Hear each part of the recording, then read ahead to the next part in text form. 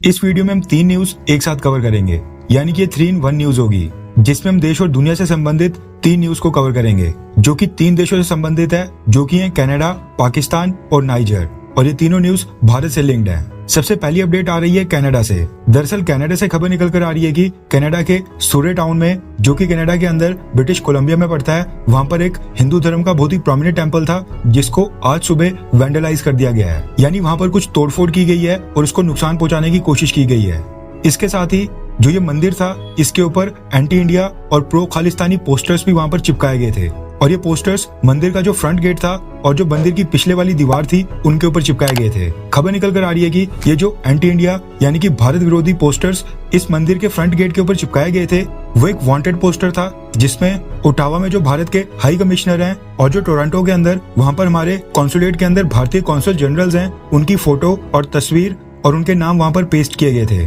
और लोगों से अपील की गई थी कि इनकी कोई भी इन्फॉर्मेशन अगर उनके पास है तो वो खालिस्तानी संगठनों के पास पहुंचाई जाए। इसके साथ ही जो मंदिर की पिछले वाली दीवार के ऊपर पोस्टर चिपकाया गया था, उसमें कनाडा की सरकार से और जो कनाडा के अंदर वहां पर इन्वेस्टिगेटिव एजेंसीज हैं, उनसे अपील की गई थी कि 18 जून को जो कनाडा के अंदर वहां पर हरदीप सिंह निज्जर की हत्या हुई थी, उसकी प्रॉपर तरीके से इन्वेस्टिगेशन की जाए और जो भी उसके पीछे दोषी हैं, उनको कड़ी से कड़ी सजा दी जाए। लगता है कि कनाडा की सरकार को अब कोई सख्त ऑप्शन लेना ही पड़ेगा, क्योंकि इस तरह के जो मंदिरों के ऊपर हमले हो रहे हैं, ये रुकने का नाम नहीं ले रहे हैं। और कनाडा की सरकार अभी भी इस चीज को सीरियसली नहीं ले रही है और इसके ऊपर कोई भी स्ट्रिक्ट एक्शन अभी तक नहीं लिया गया है। अब जो दूसरी अपडेट है वो निकल कर आ रही है पाकिस्तान से। अब पाकिस्तान के बारे में तो आपको पता है कि पाकिस्तान के पास फॉरेक्स रिजर्व्स ना के बराबर हैं और अब पाकिस्तान की हालत इतनी बुरी हो गई है कि पाकिस्तान ने भारत से ड्रग्स और मेडिसिन इंपोर्ट करने को हरी झंडी दे दी है। आपको याद होगा साल 2019 में प्रधानमंत्री मोदी ने जम्मू कश्मीर राज्य से आर्टिकल 370 और 35A को हटा दिया था। उसके बाद से पाकिस्तान ने भारत के साथ सभी प्रकार के ट्रेड को अचानक से रोक दिया था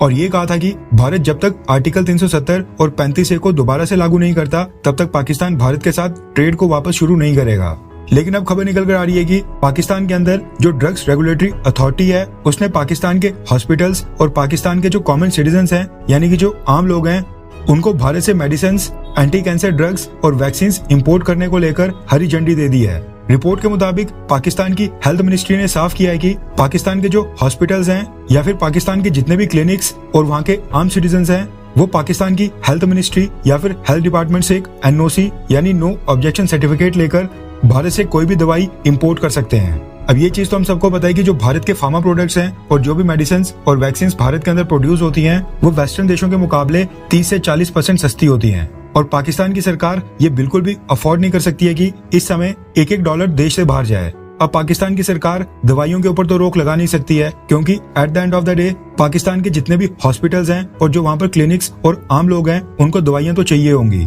और आज की डेट में वो सारे लोग वेस्टर्न देशों की फार्मा कंपनी से दवाइयां परचेज कर रहे हैं। ऐसे में पाकिस्तान का जो फॉरेक्स रिजर्व्स है, उसका एक मेजर चंक विदेशों से दवाइयों को इंपोर्ट करने के ऊपर खर्च हो रहा था। ऐसे में पाकिस्तान की सरकार ने क्या किया कि पाकिस्तान की सरकार ने भारत से दवाइयों को इंपोर्ट करने को हरी झंडी दे दी है, क्योंकि जो भारत की दवाइयां हैं, जो भारत की मेडिसिन, ड्रग्स और वैक्सीन हैं, वो वेस्टर्न देशों के मुकाबले काफी सस्ती हैं। इसके साथ ही जो तीसरी खबर निकल कर आ रही है, वो अफ्रीकन देश नाइजर से संबंधित है। अब नाइजर के बारे में तो आप सब लोगों को पता ही होगा कि वहाँ पर हाल ही में एक मिलिट्री कूप हुआ था, यानी कि सैन्य तख्ता पलट हुआ था। म्यांमार की तरह नाइजर के अंदर भी वहाँ पर आर्मी ने पूरे देश को टेक ओवर कर लिया था और आज भी वहाँ पर आर्मी रूल लगा हुआ है। अब नाइजर के अंदर आर्मी रूल आने के बाद वहाँ पर सिविल वॉर जैसी सिचुएशन पैदा हो गई है, जिसके बाद भारत के विदेश मंत्रालय ने एक एडवाइजरी जारी की है और भारत के नागरिकों से कहा है कि जो भी लोग नाइजर के अंदर हैं या फिर नाइजर जाने की प्लानिंग कर रहे हैं, वो नाइजर को छोड़कर जल्द से जल्द वहाँ से बाहर आ जाएं। अब इस समय क्या हो रहा है कि नाइजर के अंदर वहाँ की एयर स्पेस पूरी तरह से बंद है,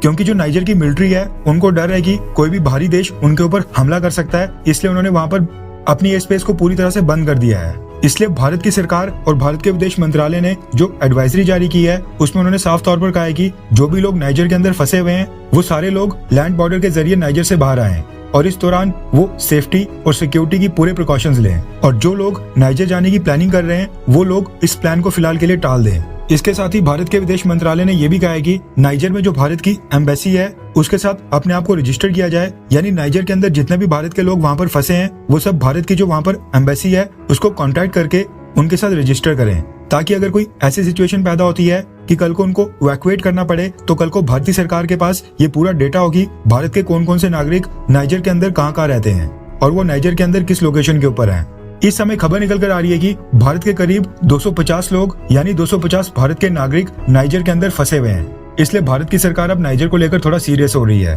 क्योंकि नाइजर के अंदर वहां पर सिचुएशन कंट्रोल होते फिलहाल तो दिख नहीं रही है।